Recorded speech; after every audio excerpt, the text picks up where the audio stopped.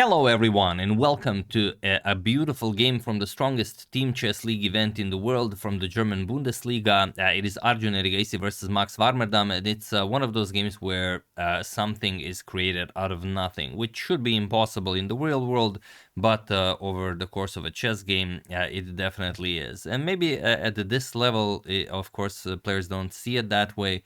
To me, when someone plays like a Nimzovich-Larsen opening, which, for my chess understanding is basically playing nothing, you have to really know how to play chess in order to make it work. It's not like there's a clear idea of what you're trying to do in the opening, or there's some sort of a clear system that you follow, like in many other systematic openings. Here you just put your pieces on nice squares and you play good chess. If you can do that, then you can play the Nimzovich-Larsen.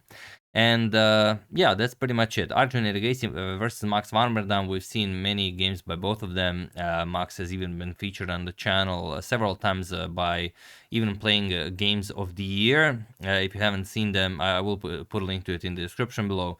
He plays some, unreal lines for you guys to enjoy. And Arjun, one of the strongest players in the world. Look at him, 2782. He was over 2800 at some point. Now he's trying to get back there. Definitely a nice matchup. So let's check it out. Arjun with white opens with knight to f3. He starts with the Reti opening. The game was suggested by Anoda7901, so thank you for that. It's a really wonderful game. We have pawn to d5 and b3, transposing into the Nimzovich-Larsen attack. We have pawn to c5, pawn to e3, knight f6, and bishop to b2. We have pawn to g6, and here Arjun tries to, I imagine, get Max out of the opening. Here pawn to c4 is played almost exclusively, but Arjun plays bishop to b5 check, which in top-level chess almost does not exist.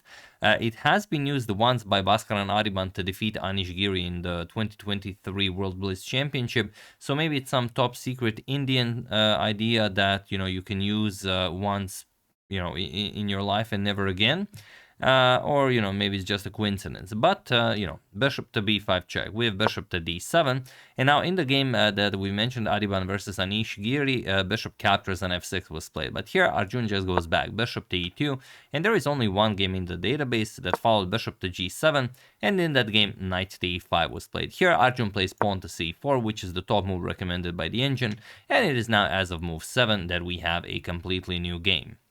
And okay, it's pretty standard setup. You have a dark square bishop opposing a dark square bishop, pawns and dark squares ready to castle kingside. At some point the knight probably comes to e5, the bishop can come to f3, so the usual stuff. And black already got to play d5, so black is enjoying life. It's all about what Arjun prepared. And here he's already asking a very unpleasant question. Are you ready to just castle kingside? Because if you do that, let's say castles kingside, Arjun would capture on d5, and after knight captures, let's say the dark square bishops get traded off, and now you have to, worry about a lot of things. For example, the queen coming to this diagonal, whether or not do you play f6 to stop that, also to control the knight on f3, maybe f6, e5 is an idea. So it is definitely something that you would have to burn a lot of time to decide on, because if this is not, something that you have to be prepared for it. So after pawn to c4, Max said, yeah, I'm not doing that. I'm just gonna capture on c4 and keep the bishops on the board. B captures by Arjun. We have castles by both players, and knight to c6. Okay, so the fight is the standard one. You fight for the d4 square. Everything is fighting for that d4 square, and Arjun would like to execute the d4 and d5, but of course for the moment it's impossible. So d3, making the center very flexible. d4 or e4 is an idea for sometimes in the future. We have pawn and the queen to c7, knight to c3, and rook f to d8, nicely aligning with the white queen. So queen to c2 and rook 8 to c8. We have pawn to h3 and pawn to b6. So like I said, this is nothing. You allow black to develop pretty much everything. Pieces are on maybe not optimal squares, but they are on very nice squares. Like the light square bishop from white could also be on a nicer square. We have rook 8 to d1, and now asking Max, what do you do? And I think this is something that Arjun specifically tailored for a player like Max, because Max is not a player that stands still and, moves shuffles the knight back and forth. He likes active games, he likes activity, and he likes stuff to happen on the board. So he plays knight e5, and Arjun declines the trade. We have knight back to d2 and queen to b7. Okay, nicely gaining control over this diagonal, probably inviting knight to f3, but if you go knight to f3 right now, okay, you trade, you get the bishop over here, and then bishop to c6, the light square bishops get traded off the board, captures, and you've solved all of your problems. White still doesn't have d4, and this would be a dream for black, because without those pieces, there's nothing white can hope for. However, after queen to b7, Arjun played pawn to f4. Also, the idea, maybe it was bishop to f5, going after that d3 pawn. So Arjun moves with tempo, knight to c6, and pawn to a3. We have knight to b8. Now, again, inviting bishop to f3, but the problem is, well, you'll see what the problem is. Arjun played bishop to f3, and now after bishop to c6, he plays pawn to e4. So, okay, he's never going to play d4, but you have some problems here in the position. e5 is coming. So pawn to e6, we have pawn to e5, and bishop captures on f3. Knight captures, knight to e8, and now knight to e4. And you can see that Max could have some problems along the dark squares. Finally, the knight comes back into the game. This d4 square has been weak for a very long time, and he would very much love to plant his knight on d4, but Arjun will not allow that. Queen f2, gaining control over d4. And even if Max were to play knight to d4, just sort of to give up a pawn and say, okay, later on we're going to double up on the d file, we're going to win the pawn back, Arjun might even give up the bishop. And then after, let's say, pawn captures, you keep the center as it is. You don't care about the d4 pawn. You go queen h4, knight g5, and you dominate the dark squares, and it would be a miracle if black survives this, because you're going to burn so much time trying to find a move that doesn't lose the game on the spot. So after queen f2, queen to e7, and now rook f to e1. Okay, rook to d7, Max prepares to double up on the d file, and Arjun strikes with pawn to g4. And the move pawn to g4 makes zero sense if you're not planning to play pawn to f5. And this is definitely something Arjun was planning, and Max played queen to d8. Now, there's a very interesting idea here. If the queen remains on e7, probably why queen to d8 was played. Let's say you play rook c to d8, which was kind of the original plan. You double up rooks on the d file, and you go after that d3 pawn. Here, just look at this, pawn to f5, and I'm only going to play the top moves recommended by the engine for black, just to see, just for you guys to see what kind of a devastating attack white would have here. So e captures on f5, g captures, now threatening f6, so g captures on f5, and knight to f6. Knight to f6 check with white, and now you have to decide. If you capture with the knight, then e captures. Okay, the bishop also helps out with that. So bishop captures would be played, and now after e captures, attacking the queen, queen to f8, and now queen to h4. And it seems like, okay, it's not that bad. I mean, surely we can defend this. Let's say king to h8, rook to d2.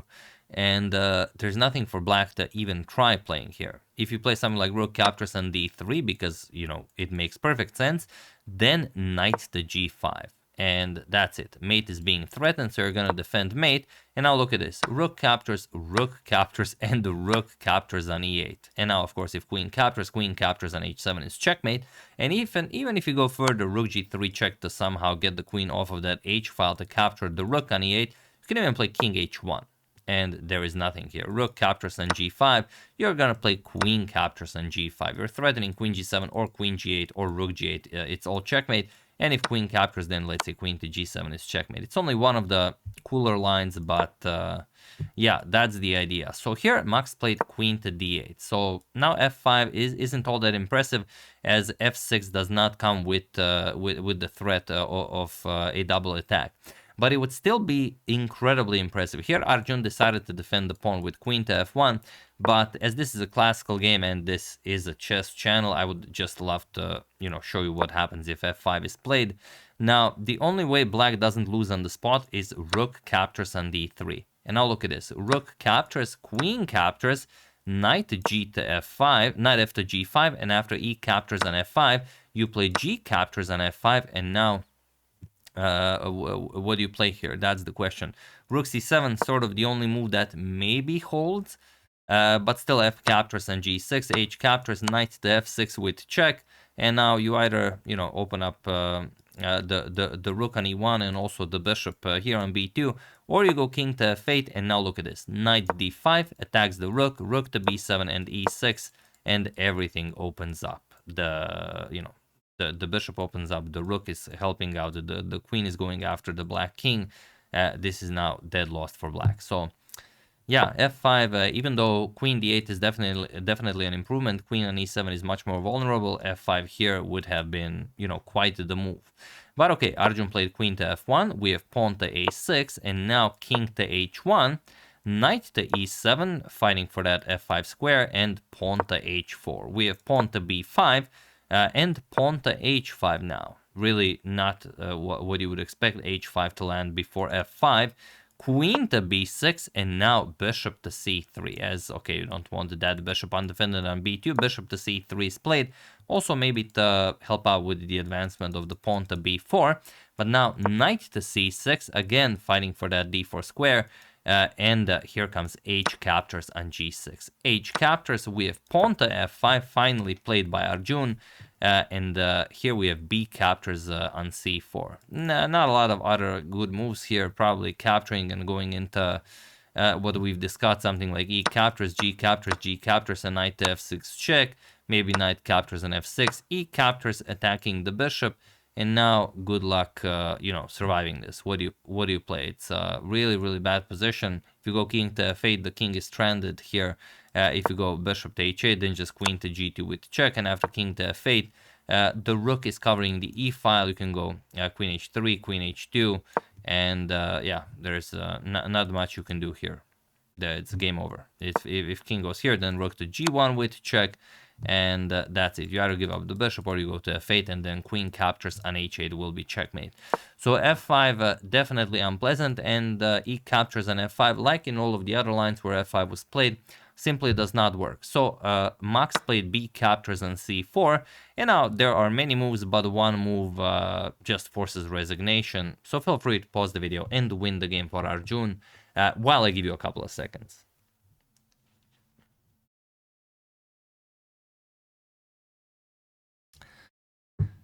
So for those of you who were able to do it, congratulations on always looking, you know, for the coolest possible way to end the chess game. And for those of you who just want to enjoy the show, it is pawn to f6. This is what Arjun played, and it was in this position on move 33 that Max Warmerdam resigned the game, as there is nothing more to be done here. The bishop has nowhere to go, or rather, the bishop has places to go. The king has nowhere to go. That's the problem. Because whatever you play, let's say king to f8, queen h3, knight g5, and how are you stopping queen to h7 checkmate? It is amazing that, you know, in a game between two such strong players, such weaknesses on the dark squares, the knight coming to g5, the queen checkmating the king on h7, you know, you can see it, everyone can see it coming, but it just cannot be stopped. And yeah, we could even make this sort of a thumbnail, because well, why not? But yeah, I mean, look at this devastating attack, and look at Black's pieces not doing anything here. I mean, that king, that is a very sad king. Like literally none of Max's pieces are contributing to the game. They're contributing 0 to the defense of the Black king, and it's not something that we see very often. So beautiful game. And like I said, I'm not a very good chess player. You know, if I played the Nimzovich-Larsen, I would just, you know, I would have no idea what I'm doing. I'd just, you know, put pieces and squares that make sense, and you know, play the position, which is probably what they are doing, only they're incredibly strong. So, you know, it works. But yeah, you know, it's just very inspiring seeing you know, with such an opening, such a calm, docile opening, you get a position where you'd expect, you know, look at this, g4 is played, completely opening up the white king, but none of the Black's pieces are doing anything. This is I mean, this is beautiful chess. So yeah, that's the game. Hope you guys enjoyed it. Once again, thank you for recommending this beautiful game. I would like to thank The Animated Chemist, Crash BPS1, Magician Chess, Sandal Nolast, and E1 Check for your contribution to my channel. Thank you a lot. I really appreciate it. As usual, you can check 2 of my previous videos here. Thank you all for watching, and I will see you soon. Continuing to check up on your wonderful suggestions and whatever else happens in the chess world. Following up on some newer tournaments. We have one coming up today. Also, we're checking up on Chucky, whatever he's playing. And if there's some room in between, we're going to throw in a nice tall game. So thank you all. I will see you soon, and have an excellent rest of your day.